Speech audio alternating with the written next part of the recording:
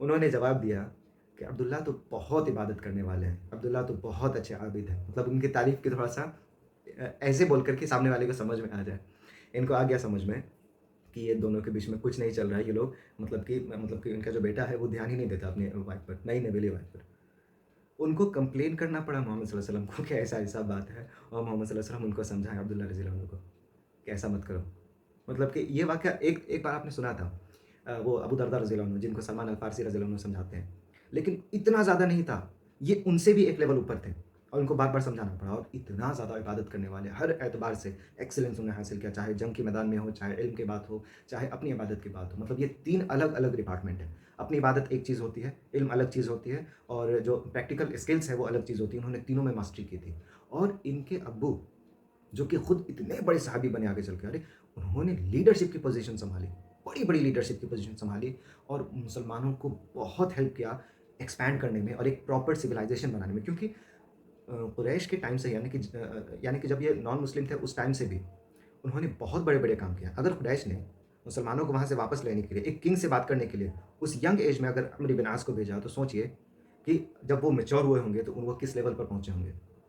تو انہوں نے بہت کچھ کیا. پھر بھی ان سب چیزوں کے باوجود محمد صلی اللہ علیہ وسلم نے خود عمرو بن عاص کی اتنی تعریف کی ان کے ملٹری اسٹریٹجی کے لیے اور ان کی سمجھداری کے لیے. ان سب چیزوں کے باوجود جب عمرو بن عاص جو ہے وہ مرنے پر تھے، بہت بہت بہت سال کے بعد، مطلب کہ عمرو بن عاص کو واقعی میں اللہ نے ایج دیا تھا کہ وہ اسلام کے شروع میں تھے، ٹھیک ہے، اور کہاں علی رضی اللہ عنہ کے بعد تک وہ رہ گئے. اور وہ اپنے لاسٹ ٹائم پہ اپنے بیٹے عبداللہ بن عمرو سے کہتے ہیں کہ جب مجھے دفناؤ تو پھر سارے لوگ جو چلے جائیں گے تم کچھ دیر تک رہ جانا، کیونکہ اگر تم میرے پاس رہو گے تو شاید مجھے زیادہ کمفرٹیبل محسوس ہوگا جو مجھ سے سوال جواب ہونا قبر کے. اللہ اکبر. ہم یہ کانسیپٹ نہیں بول رہے ہیں، آپ یہ چیز ایسا نہیں ہے کہ آپ کسی اور کو کہہ دیں، لیکن صرف ایک اتنے بڑے صحابی کا اپنے بیٹے کے لیے اتنا زیادہ رسپیکٹ ہونا، یہ اپنے آپ میں لیجنڈری ہے. اور اسی سے پتہ چلتی ہے فضیلت عبداللہ بن عمرو بن عاص رضی اللہ عنہ کی. تو تین جنریشن، تین لیول کے لوگ. اللہ اسی لیے ہم لوگوں کو کبھی بھی کسی کے ماں باپ سے، اس کے بچوں کو یا پھر بچوں کو ماں باپ سے جج کبھی نہیں کرنا چاہیے. ہم اگزامپل دے دے کے تھک چکے ہیں اس پورے سیریز میں کہ ایسا کچھ نہیں ہوتا، کچھ بھی نہیں. اب یاد ہے آپ کو ہم نے لاسٹ ایپیسوڈ میں بتایا تھا کہ میں بھی کہ مسلمان جو ہے وہ الگ الگ جگہ میں میسنجرز بھیج رہے تھے، اور ایک جگہ تھا معتا، وہاں پر غسان کے کچھ لوگ رہتے تھے جن کو غسان کہتے تھے. وہ ایریا پڑتا تھا رومن امپائر کے اندر. اوکے، روم کوئی ایک شہر، کوئی ایک سٹی نہیں تھا، امپائر تھا. اس کے ایریا، اس کے انڈر میں بہت جگہ آتا تھا. تو وہ ایریا رومن امپائر کے اندر پڑتا تھا، جارڈن کے باہر. وہاں پر ایک میسنجر کو مار دیا جاتا ہے تو مسلمان اس کو چھوڑ نہیں سکتے ہیں آف کورس. تو ایک آرمی پریپیئر کی جاتی ہے اور اس میں رہتے ہیں لیڈر زید ابن حارثہ رضی اللہ عنہ.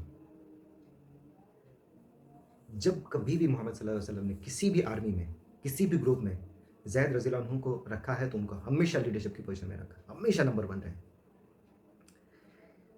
اور ایک ایسی بات کہتے ہیں محمد صلی اللہ علیہ وسلم جو کہ اس سے پہلے کسی بھی گروپ کے بارے میں کہیں بھی انہوں نے بھیجا ہو تو نہیں رکھا، نہیں کہا.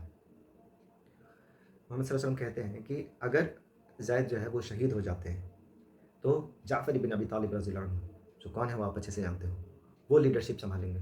اور اگر وہ شہید ہو جاتے ہیں تو عبداللہ بن رواحہ رضی اللہ عنہ وہ لیڈرشپ سنبھالیں گے. اس گروپ میں خالد بن ولید بھی شامل تھے اور ان کو بھیجا جاتا ہے. سمجھ سکتے ہو کہ کیا ہونے والا ہے. محمد صلی اللہ علیہ وسلم نے کبھی بھی اس طرح سے نہیں بتایا ہے. اور مسلمان پہلی بار رومن امپائر سے ڈائریکٹلی لڑنے کے لیے جا رہے تھے، پہلی بار ہسٹری میں. اور وہ دنیا کی سب سے بڑی سپر پاور ہے، دنیا کی. اور جیسے ہی مسلمان وہاں پر پہنچتے ہیں، لوگ تیار، جو دشمن ہے وہ لوگ تیار رہتے ہیں پہلے سے. مسلمان 3000 کے کیپیسٹی کے ساتھ جاتے ہیں، اور وہ لوگ کم سے کم 1.5 لاکھ سے 3 لاکھ لوگ ہوتے ہیں. 3000 ہے ادھر، 1.5 لاکھ سے 3 لاکھ لوگ ہوتے ہیں. کیوں اتنا بڑا گیپ ہے نمبرز کے بیچ میں؟ کیونکہ مسلمان گن ہی نہیں پاتے، ان کا نمبر اتنا زیادہ رہتا ہے. اور جیسے ہی لڑائی شروع ہوتی ہے، وہ لوگ جو ہے بہت بری طرح سے ٹوٹ پڑتے ہیں مسلمانوں پر، اور زید بن حارثہ رضی اللہ عنہ شہید ہو جاتے ہیں. محمد صلی اللہ علیہ وسلم یہاں پر مدینہ میں ہیں، اور یہ لوگ کہاں کتنی کلومیٹرز دور ہیں. ان کو یہ سب کچھ اللہ دکھاتے ہیں، اور مسلمانوں کو جمع کر کے محمد صلی اللہ علیہ وسلم کہتے ہیں کہ زید شہید ہو گئے. اور محمد صلی اللہ علیہ وسلم رو دیتے ہیں. کیوں نہ روئیں؟ جس شخص نے اپنے ماں باپ کو چھوڑ کر محمد صلی اللہ علیہ وسلم کو چنا، یاد ہے کہ وہ غلام تھے جن کو محمد صلی اللہ علیہ وسلم آزاد کیا، اپنے بیٹے کی طرح ان کو رکھا. وہ شخص جو اکیلے ہیں جن کا قرآن میں نام ہے، وہ شخص جو کہ محمد صلی اللہ علیہ وسلم کے بیٹے ہیں، یہ بات پورا مدینہ جانتا تھا، بہت کم لوگوں کو پتہ تھا. اور بعد میں عبداللہ بن عباس یا پھر عبداللہ بن عمر کہتے ہیں کہ ہمیں تو یہ سورہ احزاب جب نازل ہوئی تب پتہ چلا کہ جو زید رضی اللہ عنہ ہیں وہ محمد صلی اللہ علیہ وسلم کے بیٹے نہیں ہیں. باقی تو ہم لوگوں کو لگتا تھا وہ بیٹے ہی ہیں. اور عائشہ رضی اللہ عنہ کی ایک حدیث ہے جو کہ کافی ہے ان کے مقام کو بتانے کے لیے. عائشہ رضی اللہ عنہ کون ہے؟ ابو بکر کی بیٹی. ابو بکر کون ہے؟ آپ کو بتانے کی ضرورت نہیں ہے. وہ کہتی ہیں کہ محمد صلی اللہ علیہ وسلم کے بعد اگر واقعی میں ہم لوگ شیور تھے، پورے جتنے بھی لوگ تھے شیور تھے کہ مسلمانوں کا لیڈر، مسلمانوں کا خلیفہ کون بنے گا، تو وہ ایک نمبر پہ تھے زید ابن حارثہ رضی اللہ عنہ. اگر ابو بکر رضی اللہ عنہ کی بیٹی ایسا کہہ رہی ہے تو پھر اور کوئی ڈسپیوٹ نہیں ہو سکتا اس بات کے لیے. لیکن اللہ کی قدر، اللہ کی مرضی کہ زید کو اللہ نے شہادت لکھ رکھا تھا. محمد صلی اللہ علیہ وسلم یہ وہ ریئرسٹ مومنٹ میں تھا جب پبلکلی رو دیے تھے. صرف اتنا ہی نہیں، جعفر بن ابی طالب رضی اللہ عنہ جن کو بہت محبت کرتے تھے محمد صلی اللہ علیہ وسلم، تبھی تو لیڈر بنا کر بھیجا تھا. یاد کیجیے وہ مومنٹ جب مسلمانوں کو ڈیفینڈ کرنے کے لیے انہوں نے نجاشی کے سامنے ابیسینیا میں قرآن کی تلاوت کی تھی اور وہاں پر سب رونے لگے تھے. یاد کیجیے وہ مومنٹ پچھلے ایپیسوڈ کا، جب محمد صلی اللہ علیہ وسلم اتنے خوش ہوئے تھے وہ سمجھ نہیں پا رہے تھے. وہ خیبر کی جیت سے زیادہ خوش ہے کہ جعفر کے دیدار سے.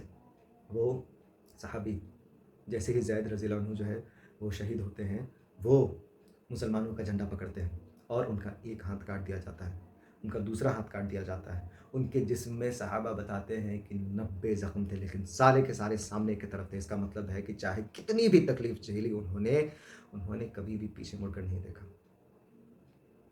اس کے بعد عبداللہ بن رواحہ رضی اللہ عنہ جو ہے وہ لیڈرشپ سنبھالتے ہیں اور ان کو بھی شہید کر دیا جاتا ہے. جعفر ابن ابی طالب رضی اللہ عنہ ان کی وائف کو محمد صلی اللہ علیہ وسلم بتاتے ہیں ان کی خبر، اور یہ بتاتے ہیں کہ ان لوگوں نے جعفر کے دونوں ہاتھ کو کاٹ دیے اور اللہ سبحانہ و تعالیٰ جنت میں ان کو 2 پنکھ دیا ہے، 2 ونگس دیا ہے جس کی مدد سے وہ اڑ سکیں گے. اللہ اکبر. یہ چیز کسی اور صحابی کے لیے، کسی اور شہید کے لیے بیان نہیں کیا گیا. یہ اسپیشل ہے جعفر بن ابی طالب رضی اللہ عنہ کے لیے. اور ان کی وائف جو ہے ان سے شادی کرنے کے لیے ابو بکر رضی اللہ عنہ ان کو پرپوز کرتے ہیں. ارے ابو بکر رضی اللہ عنہ کی ٹھیک ٹھاک ایج ہو چکی ہے، لیکن جو کوئی بھی شہید ہوتا ہے ان کی وائف سے نکاح کرنا بہت بڑا اجر کا معاملہ مانا جاتا تھا، اور ہے بھی. ان کا خیال رکھنا مطلب کہ اللہ کو راضی کرنا. تو ابو بکر رضی اللہ عنہ ان سے شادی کرتے ہیں اور ان سے ان کا بچہ بھی ہوتا ہے. اور ابو بکر رضی اللہ عنہ کے انتقال کے بعد علی رضی اللہ عنہ ان سے شادی کرتے ہیں اور ان سے بھی ان کے بچے ہوتے ہیں. سبحان اللہ سبحان اللہ. مطلب کہ اس عورت کا آپ مقام بتائیے. اسماء بنت امیس رضی اللہ عنہ ان کا نام ہے. یہ ان سے مطلب کہ جعفر بن ابی طالب رضی اللہ عنہ کی وائف جو شہید ہے، جنتی ہیں. اس کے بعد ابو بکر صدیق رضی اللہ عنہ کی وائف جن کا مقام محمد صلی اللہ علیہ وسلم کے بعد سب سے زیادہ ہے، اور علی رضی اللہ عنہ کی وائف جو کہ آف کورس جنتی ہے اور وہ بھی شہید ہے.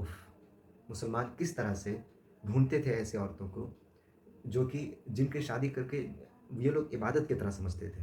ہماری طرح وہ لوگ بالکل نہیں تھے، بالکل بھی نہیں. اور محمد صلی اللہ علیہ وسلم یہ سب جو واقعہ ہو رہا ہے اس لڑائی کے میدان میں وہ دیکھ رہے ہیں. اس کے بعد کیا ہوتا ہے، اب ہم چلتے ہیں وہاں پر، اس پرسپیکٹیو سے بات کرتے ہیں کہ وہاں پر اب لوگ پریشان ہو گئے کہ کیا کیا جائے، معاملہ تو بہت بگڑا جا رہا ہے. خالد ابن ولید جو کہ ابھی نئے مسلمان بنے تھے، ان کو لوگ کہتے ہیں کہ آپ کمان سنبھالیے. اور اس بات پر محمد صلی اللہ علیہ وسلم نے کہا کہ اب اللہ کی تلواروں میں سے ایک تلوار نے مسلمانوں کی کمان سنبھالی اور لڑائی اب بہت ہی زیادہ تیز ہو گئی ہے. خالد بن ولید رضی اللہ عنہ کا نام اللہ کی تلوار. اور جو کوئی بھی ان کی کہانی جانتا ہے، انہوں نے سنگل ہینڈڈلی ہم کہہ سکتے ہیں دونوں سپر پاورز رومن امپائر اور پرشین امپائر دونوں کو دھول چٹا دیا. انہوں نے زندگی بھر ایسی لڑائیاں جیتی ہیں، ایسی لڑائیاں جیتی ہیں جن کو آج، جی ہاں، آج کے جو لوگ ہیں جو ملٹری اسٹریٹجسٹ ہیں وہ ان کی اسٹریٹجی کو اسٹڈی کرتے ہیں اور ان سے سیکھ لیتے ہیں کہ لڑائی کیسے جیتی جاتی ہے. یہ تھے وہ واریر. وہ صرف طاقت نہیں ہوتی ہے بات نا، دماغ اور طاقت دونوں چیز تھا ان کے پاس، دونوں چیز. وہ کیا کرتے ہیں کہ کچھ مسلمانوں کو کہتے ہیں کہ جو لوگ رائٹ میں ہیں وہ لوگ لیفٹ میں چلے جائیں، جو آگے ہیں وہ پیچھے چلے جائیں. وہ ہوتا ہے. اور لڑائی کرتے کرتے ایک ایک قدم پیچھے نکلتے چلنا ہے، ایک ایک قدم چلتے جانا ہے. پھر اگلا دن ہوا، پھر شفٹ کو چینج کیا. کیوں؟ کیونکہ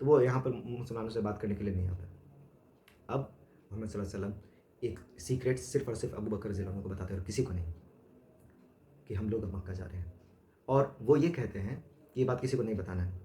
جتنے بھی لوگ آس پاس کے تھے، مسلمس اور آس پاس کے جتنے بھی ٹرائبس تھے جنہوں نے اسلام قبول کیا تھا، سب کو بلایا جاتا ہے کہ تم جتنے بھی لوگ ہیں آل ٹو آل سب آؤ، سارے کے سارے 100%، اوکے۔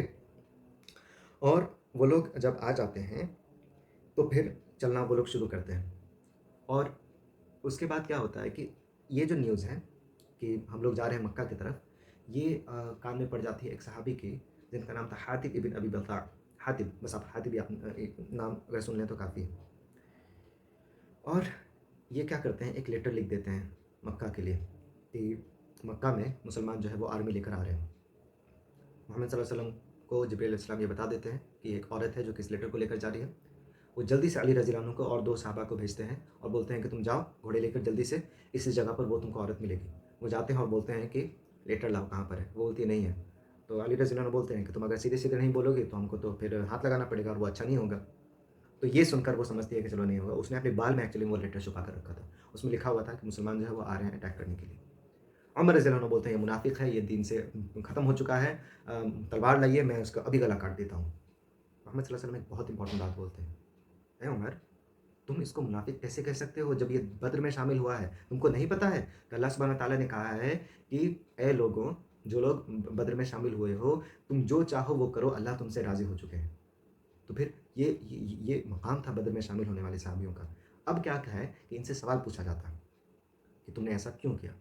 تو یہ بتاتے ہیں کہ میں مسلمانوں کے اگینسٹ نہیں ہوں، نہ ہی میں نے اسلام چھوڑا ہے، ایکچولی میں میری بہت ساری فیملی ممبرس مکہ میں ہیں، اور ان کو ایسا ڈر لگ گیا تھا کہ مسلمان تلوار لے کر جنگ کے اس میں جا رہے ہیں، تو اس مار کاٹ میں ان کے پورے گھر والے کہیں ختم نہ ہو جائے۔ وہ اپنی فیملی کو کے لیے کنسرن تھے، ان کو آگاہ کرنا چاہ رہے تھے۔ یہ سن کر محمد صلی اللہ علیہ وسلم نے ان کو معاف کر دیا۔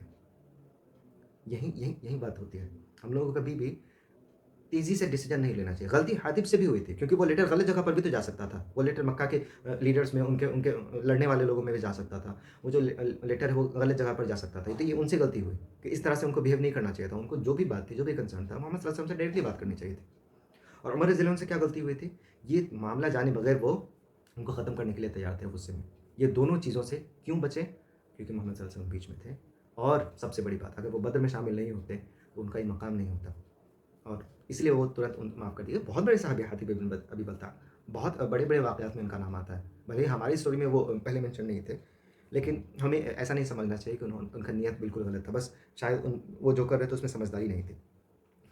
تو محمد صلی اللہ علیہ وسلم جب نکلتے ہیں اور سارے لوگ ان کو دھیرے دھیرے جوائن کرتے ہیں، مسلمانوں 10,000 ہو جاتے ہیں نمبر میں۔ آپ نے کبھی مسلمانوں کا نمبر 10,000 نہیں سنا ہوگا، لیکن اس بار پہلی بار ایسا ہوتا ہے، کیونکہ دھیرے دھیرے اسلام لوگ قبول کیے جا رہے تھے نا، ایک کے بعد ایک، حدیبیہ کے بعد۔ اس کے بعد راستے میں ان کو ملتے ہیں ان کے بہت دل کے قریبی عباس ابن عبد المطلب، عبداللہ بن عباس، اور ان کی وائف، ان کا پورا فیملی۔ اور وہ لوگ ایکچولی میں اسلام قبول کر چکے ہوتے ہیں، وہ پوری فیملی پہلے اسلام قبول کر چکے ہوتے ہیں، اور وہ لوگ آ رہے ہوتے ہیں مسلمانوں کی طرف ہجرت کرنے کی نیت سے، اور ان کو پتہ چلتا ہے کہ یہ لوگ واپس جا رہے ہیں۔ محمد صلی اللہ علیہ وسلم بہت خوش ہوتے ہیں، آپ سب سمجھ رہے ہیں۔ حمزہ رضی اللہ عنہ کے بعد وہ دوسرے ایسے انکل ہیں جنہوں نے اسلام قبول کیا ہے۔ محمد صلی اللہ علیہ وسلم کے پاس اپنا کہنے کے لیے کون ہے آخر؟ کون ہے؟ مطلب ابو طالب نے اسلام قبول نہیں کیا، ابو لہب کس طرح کا بیہیو کیا تھا، ان کے ابو نہیں تھے جب بھی وہ تھے، ان کے دادا نہیں چلے گئے، مطلب جو لوگ بھی محمد صلی اللہ علیہ وسلم سے قریب تھے وہ چلے گئے تھے، تو ایک ہی شخص بچے تھے، کیونکہ حمزہ رضی اللہ عنہ شہید ہو چکے احد میں۔ ایک ہی شخص بچے تھے جن کو محمد صلی اللہ علیہ وسلم بہت کلوز تھے، وہ تھے عباس بن عبد المطلب، اور ان کا بیٹا عبداللہ بن عباس۔ انہوں نے تو چھوڑا ہی نہیں محمد صلی اللہ علیہ وسلم کا ساتھ کبھی بھی، کچھ مہینوں کے لیے تھے بس ان کے ساتھ۔ اب سمجھیے نا کہ 8واں سال چل رہا ہے ابھی ہجرت کا، اور 10th ایئر میں محمد صلی اللہ علیہ وسلم کی وفات ہونی ہے، بس اتنے ٹائم کے لیے اتنا کچھ سیکھا انہوں نے کہ وہ اسکالر بن کے بس اتنے کم ٹائم میں۔ اور ادھر سے اب ایک ایسا شخص آتا ہے جو کہ لیڈر ہے قریش کا، ابو سفیان۔ وہ دیکھ کر حیران ہو جاتا ہے اتنے سارے لوگوں کو، اور عباس رضی اللہ عنہ سے ایکچولی ان کی اچھی خاصی جان پہچان رہی تھی، ٹھیک ہے۔ تو عباس جو ہے ان کو کہتے ہیں کہ ایک کام کرو، میرے ساتھ چلو، میں تم کو گارنٹی دیتا ہوں تم کو کوئی نقصان نہیں پہنچائے گا۔ وہ محمد صلی اللہ علیہ وسلم کے ایک جانور کے ساتھ آتے ہیں، ابو سفیان کو اس میں بیٹھاتے ہیں، اور کوئی ان کو نقصان نہیں پہنچاتا اس راستے میں جب محمد صلی اللہ علیہ وسلم سے ملنے جا رہے تھے۔ اب سمجھیے گارنٹی کس بات کی تھی، کس کی ویلیو زیادہ تھی وہاں پر؟ محمد صلی اللہ علیہ وسلم کے جانور کی، کیونکہ اس کو دیکھ کر لوگ کہہ رہے تھے کہ نہیں نہیں ان کا جانور ہے تو اس پر کوئی حملہ نہیں کیا جائے، ورنہ ایسے پکڑا جاتا ہے ایسے حالت میں جب جنگ کی نیت سے نکلے تھے مسلمان. بائی دا وے ایک امپورٹنٹ بات اللہ بھی اس چیز کو قرآن میں فرماتے ہیں، مکہ میں جنگ کرنا حرام ہے کیونکہ مکہ ایک حرم ہے، حرم سے ہی حرام ہے. لیکن کچھ وقت کے لیے صرف اور صرف محمد صلی اللہ علیہ وسلم کو اس کی اجازت ملی تھی، جو کہ یہ ہے، یہ ایکسیپشن تھا جو کہ خود محمد اللہ جو ہے قرآن میں فرماتے ہیں. ہاں آگے چلیں اب اگر اسٹوری میں، تو ابو سفیان آتے ہیں محمد صلی اللہ علیہ وسلم کے پاس، ان کے پاس کوئی راستہ نہیں، اب کیا کریں گے اتنی بڑی آرمی کے ساتھ، کیا کریں گے؟ مکہ ٹوٹ چکا ہے ہر اعتبار سے، پوری طرح سے کچھ نہیں بچا ان کے پاس. تو وہ لا الہ الا اللہ کہتے ہیں. اب عباس کہتے ہیں آگے، تو کہتے ہیں کہ جہاں تک آپ کے رسول ہونے کی بات ہے ابھی بھی میرا دل.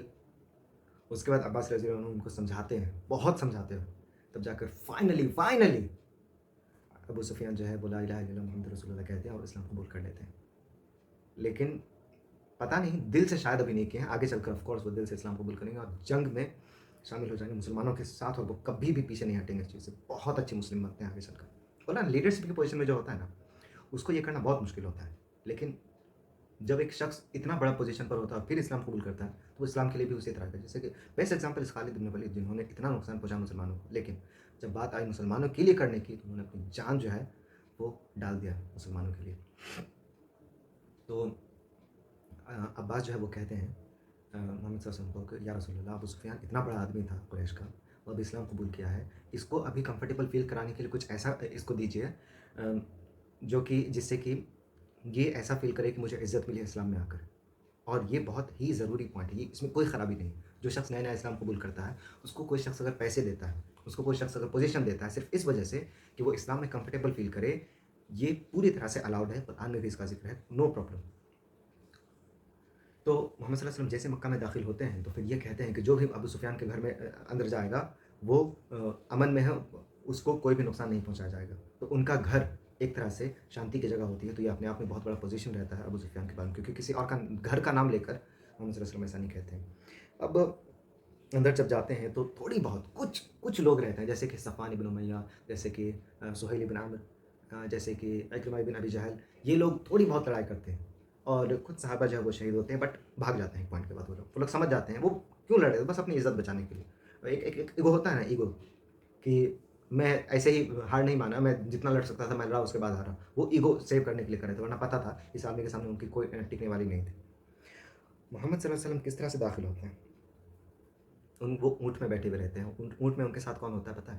اسامہ بن زید رضی اللہ عنہ، زید بن حارثہ کے بیٹے ہیں. بولا نا یہ فیملی محمد صلی اللہ علیہ وسلم کی فیملی تھی. اس اونٹ میں ان کا ہونا اس ہسٹورک مومنٹ میں سب سے اسپیشل مومنٹ میں ہم کہہ سکتے ہیں. اپنے آپ میں سمبل ہے کہ کتنا محبت کرتا تھا محمد صلی اللہ علیہ وسلم زید اور ان کے پوری فیملی سے رضی اللہ عنہم اجمعین. وہ مکہ داخل ہوتے ہیں اپنا سر کو جھکائے ہوئے، آلموسٹ ایسا لگ رہا تھا کہ وہ سجدہ کر رہے تھے اور اللہ کا شکر ادا کر رہے تھے. لوگوں نے جب دیکھا ان کے اس جیسچر کو، صرف دیکھ کر اسلام قبول کر لیا. بہت اللہ اکبر، یہ ہے محمد صلی اللہ علیہ وسلم کا ایٹیٹیوڈ. وہ چاہتے تو غصے میں، بدلے کی بھاونا میں بہت کچھ کر سکتے تھے اور ان کو پورا حق تھا. اللہ نے اجازت دے رکھی تھی کہ تم لڑ سکتے ہو، پورے دنیا میں کسی کے لیے اجازت نہیں تھی، لیکن محمد صلی اللہ علیہ وسلم کو ایکسیپشن دیا گیا تھا اس ٹائم پر. لیکن وہ کیا کیا؟ اللہ کا شکر ادا کر کے سر جھکا کر اندر گھسے اور اعلان ہوا کہ جو کوئی بھی اپنی تلوار نیچے رکھ دیتا ہے وہ سیف ہے. اعلان ہوا کہ جو کوئی بھی اپنے گھر میں گھس جاتا، جو کوئی بھی مسجد چلے جاتا، جو کوئی بھی ابو سفیان کے گھر میں چلے جاتا، وہ سب کوئی سیف ہے. یعنی کہ بس وہیں لوگ لڑے جائیں گے جو لڑنے کی نیت رکھیں گے، ادروائز کوئی نہیں. اس کے بعد کچھ لوگوں کا لسٹ رہتا ہے جو کہ چاہے لڑے یا نہ لڑے ان کو ختم کرنا تھا. اس میں نمبر 1 لسٹ وحشی، وہی شخص جس نے حمزہ رضی اللہ عنہ کو شہید کرا تھا، اس کا نام رہتا ہے لسٹ میں، جس کو ختم کرنا ہے. ٹھیک ہے. عکرمہ بن ابی جہل جو کہ ابھی لڑ رہا تھا، بھاگ گیا، ابو جہل کا بیٹا. صفوان بن امیہ، سہیل بن عمرو جو ہے وہ بھی میں بھی اس لسٹ میں تھا. ہند اس کا بھی نام تھا اس میں، جس نے کہ حمزہ رضی اللہ عنہ کے باڈی کے ساتھ کیا کچھ کیا آپ جانتے ہو. لیکن بات یہ ہوا کہ یہ سب کوئی فائنلی اسلام قبول کر لیا اور ان سب کو معاف کر دیا گیا. اللہ اکبر. یہ ایسے لوگ تھے جنہوں نے قتل کیا تھا مسلمانوں کا بیسکلی، اور اگر قتل نہیں کیا تھا تو کچھ لوگوں نے اس سے بھی برا کیا تھا، جیسے کہ ہند ہو گئے. سب نے اسلام قبول کر لیا، سب نے محمد صلی اللہ علیہ وسلم سے معافی مانگ لی. اور جب کسی نے اسلام قبول کیا ہے تو اب اس پر کوئی کارروائی نہیں ہو سکتی. کوئی شخص کتنا بھی گناہ کیا, جیسے خالد بن ولید خود ہو گئے, انہوں نے جیسے اسلام قبول کیا ہے آپ سیف ہو, اگر نہیں کرتے تو ہاں ختم ہو جاتے. یہ چیز اور کوئی ریلیجن یہ آفر نہیں دیتا کبھی بھی اپنے ماننے والوں پر. ایون سہیل بن عمرو جو ہے وہ فائنلی اسلام قبول کر لیتے ہیں.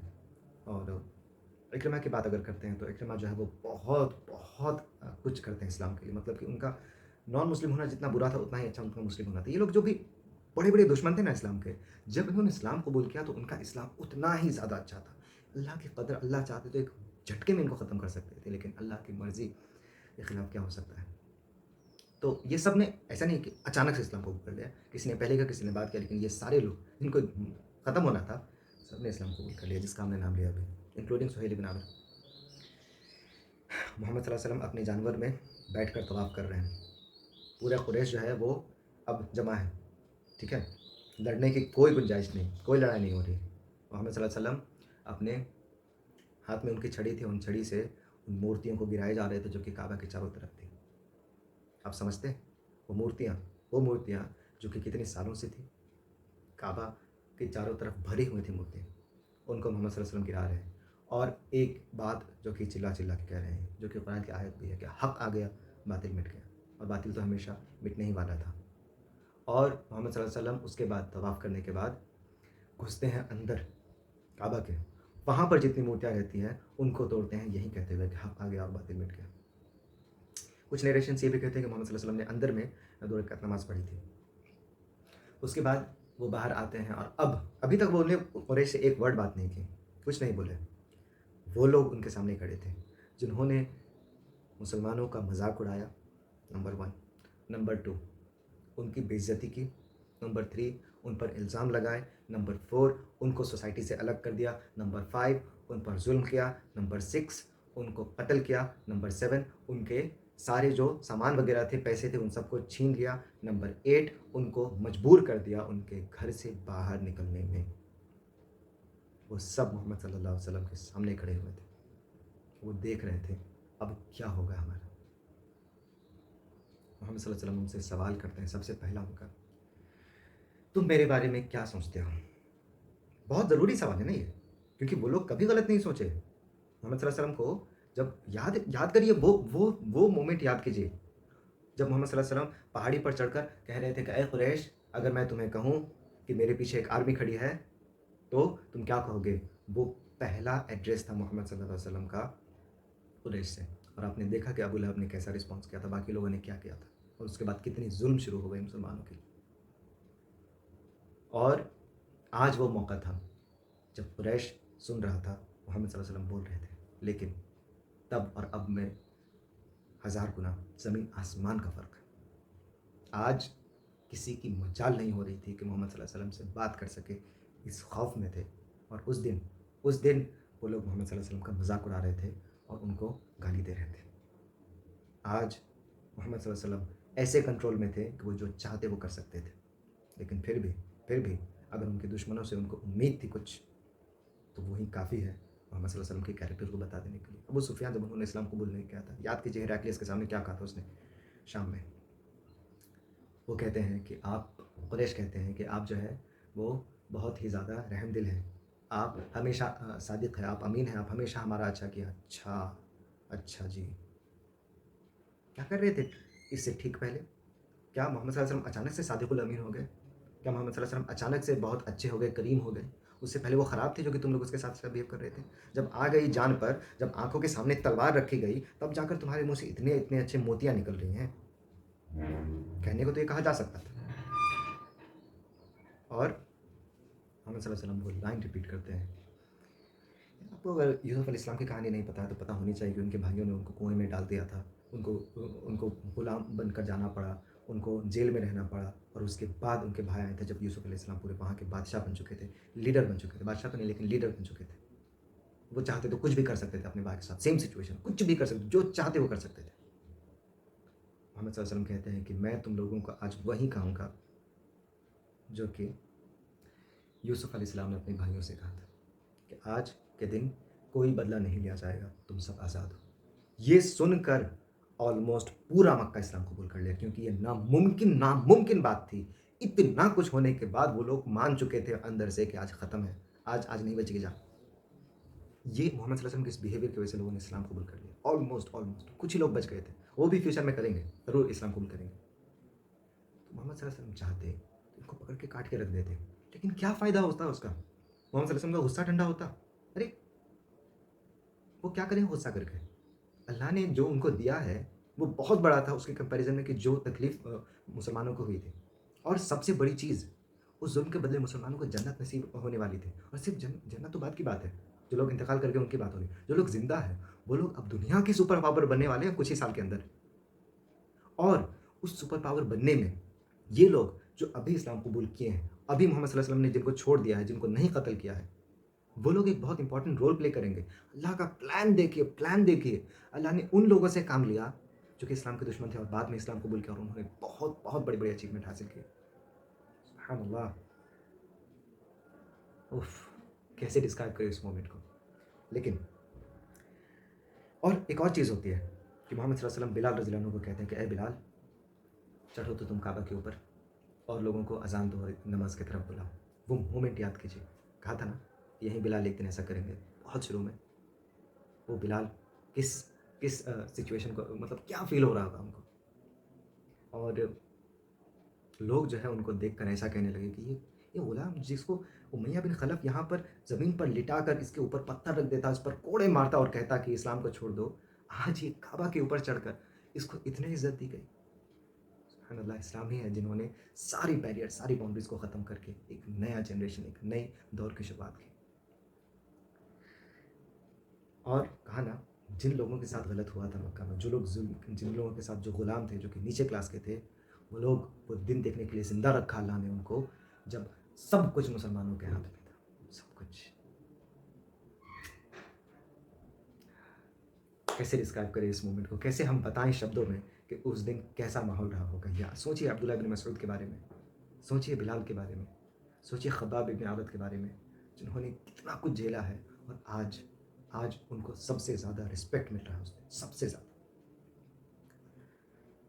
اور اس سے پہلے کہ یہ خوشی پوری طرح سے ختم ہوتی، ایک نیوز آیا کہ طائف اور حوازن ایک بڑا سا ٹرائب تھا، اور طائف کے بارے میں آپ جانتے ہیں جہاں محمد صلی اللہ علیہ وسلم گئے تھے اور ان کو پتھر مار کے بھگا دیا گیا تھا۔ اللہ اکبر، اللہ اکبر۔